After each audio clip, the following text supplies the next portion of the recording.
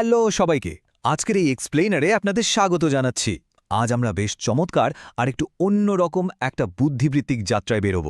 আমরা মূলত দেখার চেষ্টা করব ইসলামী দর্শনে মানুষের ভেতরের বিশ্বাস বা ঈমানের বীজটা ঠিক কিভাবে তার সুন্দর চরিত্ররূপী ফলের সাথে কানেক্টেড। তো চলুন আর কথা না বাড়িয়ে সোজা মূল আলোচনায় ঢুকে পড়ি। আজকের এই পুরো আলোচনাটাকে আমরা মূলত 4টা ভাগে সাজিয়েছি। প্রথমে আমরা জানব ঈমান ও তার মূল ভিত্তি নিয়ে। এরপর তাকদীর বা ভাগ্য এবং মানুষের স্বাধীন ইচ্ছার প্যারাডক্সটা একটু ডিকোড করার চেষ্টা করব। তৃতীয় অংশে থাকবে আমাদের কুপ্রবৃত্তি বা নফস নিয়ন্ত্রণের কিছু উপায়, এবং একদম শেষে আমরা দেখব ঈমান, আমল আর আখলাকের চক্রটা কিভাবে একটা স্বয়ংক্রিয় আধ্যাত্মিক ইকোসিস্টেম হিসেবে কাজ করে। তো চলুন একদম প্রথম ধাপটা দিয়ে শুরু করা যাক, এই পুরো যাত্রার যে মূল বীজ অর্থাৎ ঈমান এবং তার ভিত্তি। আচ্ছা, ঈমান বলতে আসলে কি বোঝায়? এটা কি স্রেফ মনে মনে কিছু একটা বিশ্বাস করা? ইসলামিক স্কলাররা কিন্তু তা বলেন না।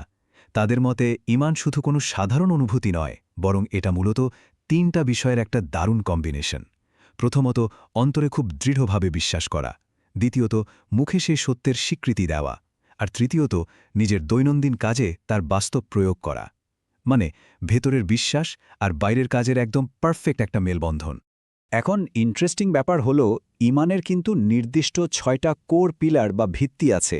আল্লাহ, ফেরেশতা, আসমানি কিতাব, নবী রাসূল, আখিরাত এবং তাকদীরের উপর বিশ্বাস। ঠিক একটা বিল্ডিংয়ের পিলারের কথা একটু চিন্তা করুন তো। এখানেও প্রতিটা উপাদান ঠিক ততটাই গুরুত্বপূর্ণ। এর ভেতর থেকে যে কোনো একটা বাদ পড়ে গেলে কিন্তু ঈমানের ফাউন্ডেশনটাই আর কমপ্লিট থাকে না। সোর্স ম্যাটেরিয়ালে এ পুরো বিষয়টাকে খুব সুন্দর একটা রূপক দিয়ে বোঝানো হয়েছে। ধরুন, ঈমান হলো একটা জ্যান্ত গাছ। অন্তরের বিশ্বাস হলো সে গাছের শিকড়, মুখের স্বীকৃতি হলো শক্ত কাণ্ড, আর মানুষের সুন্দর চরিত্র বা ভালো কাজগুলো হলো সে গাছের ডালপালা আর ফল। এই ন্যাচারাল অ্যানালজিটা একদম নিখুঁতভাবে বুঝিয়ে দেয় যে ভেতরের বিশ্বাস কিভাবে প্রাকৃতিকভাবে বাইরের আচরণ হয়ে ফুটে ওঠে। এবার আমরা আমাদের আলোচনার দ্বিতীয় অংশে চলে যাই। একটু আগে যে ঈমানের গাছটার কথা বললাম, একে কিন্তু মাঝে মাঝেই বেশ কঠিন কিছু আবহাওয়ার ভেতর দিয়ে যেতে হয়। আর এই দার্শনিক ঝড়ো আবহাওয়াটাই হল তাকদীর বা ভাগ্য বনাম মানুষের স্বাধীন ইচ্ছার বিতর্ক। এখানে খুব কমন একটা প্রশ্ন আপনাদের মাথায় আসতে পারে, ঈশ্বর যদি সবকিছুর নিয়ন্ত্রক হন, তাহলে মানুষের করা খারাপ কাজগুলোও কি তার নির্দেশেই হচ্ছে? ধর্মতত্ত্বের সম্ভবত সবচেয়ে গভীর আর সবচেয়ে বেশি চর্চিত একটা প্যারাডক্স হলো এটা। যুগ যুগ ধরে এই প্রশ্নটা মানুষকে ভাবিয়ে তুলেছে। ইসলামী দর্শনে কিন্তু এর খুব ব্রিলিয়েন্ট একটা ব্যাখ্যা আছে। ইচ্ছা বা উইলকে এখানে মূলত দুটো ভাগে ভাগ করা হয়েছে। একটা হলো মহাজাগতিক ইচ্ছা, যেমন ধরুন জন্ম, মৃত্যু বা প্রকৃতির কোনো নিয়ম। এখানে মানুষের কোনো হাত নেই, তাই জবাবদিহিতাও নেই। আরেকটা হলো শরীয়তি ইচ্ছা।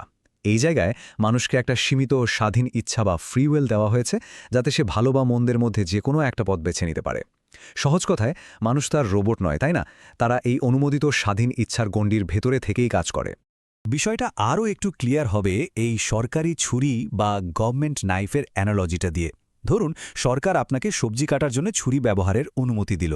এখন কেউ যদি সেই ছুরি দিয়ে অন্যের ক্ষতি করে, তার দায় কি সরকারের? একেবারেই না, দায়টা সম্পূর্ণ ব্যবহারকারীর। ঠিক একইভাবে সৃষ্টিকর্তা মানুষকে কাজ করার ক্ষমতা বা পারমিশন ঠিকই দেন, কিন্তু সেই ক্ষমতার অপব্যবহার করে কেউ খারাপ কিছু করলে সেটার সম্পূর্ণ দায়ভার ব্যক্তির নিজস্ব পছন্দের ওপরই বর্তায়। এই যে অ্যানালজি বা দার্শনিক যুক্তিটা আমরা দেখলাম, কোরআনের সূরা আন-নিসার 89 নম্বর আয়াতে কিন্তু ঠিক এই কথাটাই খুব সলিডভাবে বলা হয়েছে। আয়াতে স্পষ্ট করে দেওয়া হয়েছে যে ভালো কিছু আসে ঐশী উৎস থেকে, আর মন্দ কিছুর সূত্রপাত ঘটে মানুষের নিজস্ব সিদ্ধান্তের কারণে। আচ্ছা, এবার আসি তৃতীয় ধাপে। এই যে আমাদের ভেতরের নফস বা খারাপ কাজের দিকে টেনে নিয়ে যাওয়ার যে একটা প্রবণতা, সেটাকে বাস্তবে বা প্র্যাকটিক্যালি কিভাবে কন্ট্রোল করা যায়, সেটাই আমরা এখন দেখব। দেখুন, প্রবৃত্তি দমন করা তো আর রাতারাতি কোনো ম্যাজিক না। এর জন্য স্পিরিচুয়াল আর প্র্যাকটিক্যাল দুই ধরনের পরিবর্তনই দরকার। স্পিরিচুয়ালি সর্বদা ঈশ্বরের উপস্থিতি অনুভব করা, কিংবা দিনে অন্তত 5 মিনিট নিজের কাজের হিসাব বা মুহাসাবা করা যেতে পারে। আর প্র্যাকটিক্যালি ভালো মানুষের সাথে মেশা, অলস না থাকা এবং ইন্টারনেট বা বাস্তব জীবনের খারাপ ট্রিগারগুলোকে ব্লক করে দেওয়াটা কিন্তু সমানভাবে জরুরি। আর এই পুরো প্রসেসে নিয়মিত প্রার্থনা বা নামাজ কিন্তু একটা বিশাল বড় শিল্ড বা ঢাল হিসেবে কাজ করে। সোর্স ম্যাটেরিয়ালে সূরা আনকাবুতের ৪৫ নম্বর আয়াতের রেফারেন্স দিয়ে দেখানো হয়েছে যে প্রার্থনা শুধু একটা আচার নয়, বরং এটা মানুষের কুপ্রবৃত্তির দেওয়াল ভেঙে দেওয়ার একটা অ্যাক্টিভ মেকানিজম। আমরা আলোচনার একদম শেষ পর্যায়ে চলে এসেছি। চলুন দেখি কিভাবে ঈমান, আমল আর আখলাক মিলে একটা চমৎকার এবং পূর্ণাঙ্গ মনস্তাত্ত্বিক আর আধ্যাত্মিক ইকোসিস্টেম তৈরি করে।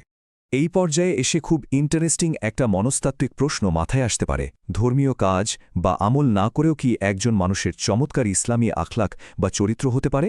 মানে শুধু সামাজিক নৈতিকতা কি যথেষ্ট? এখানে কিন্তু একটা সূক্ষ্ম পার্থক্য আছে।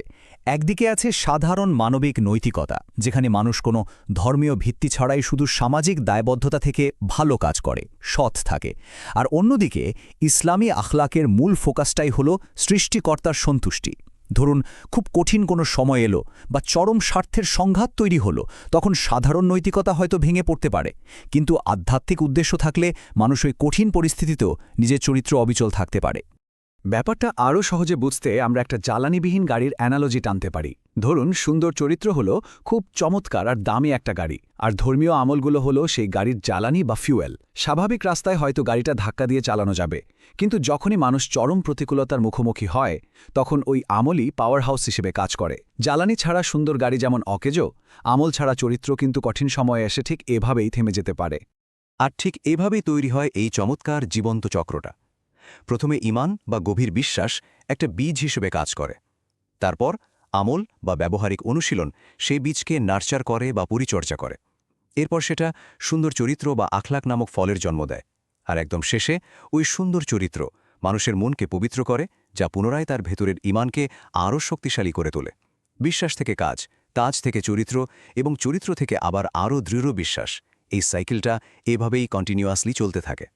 তো আজকের এক্সপ্লেনারটি শেষ করার আগে আপনাদের জন্য ছোট্ট একটা ভাবনার খোরাক রেখে যেতে চাই।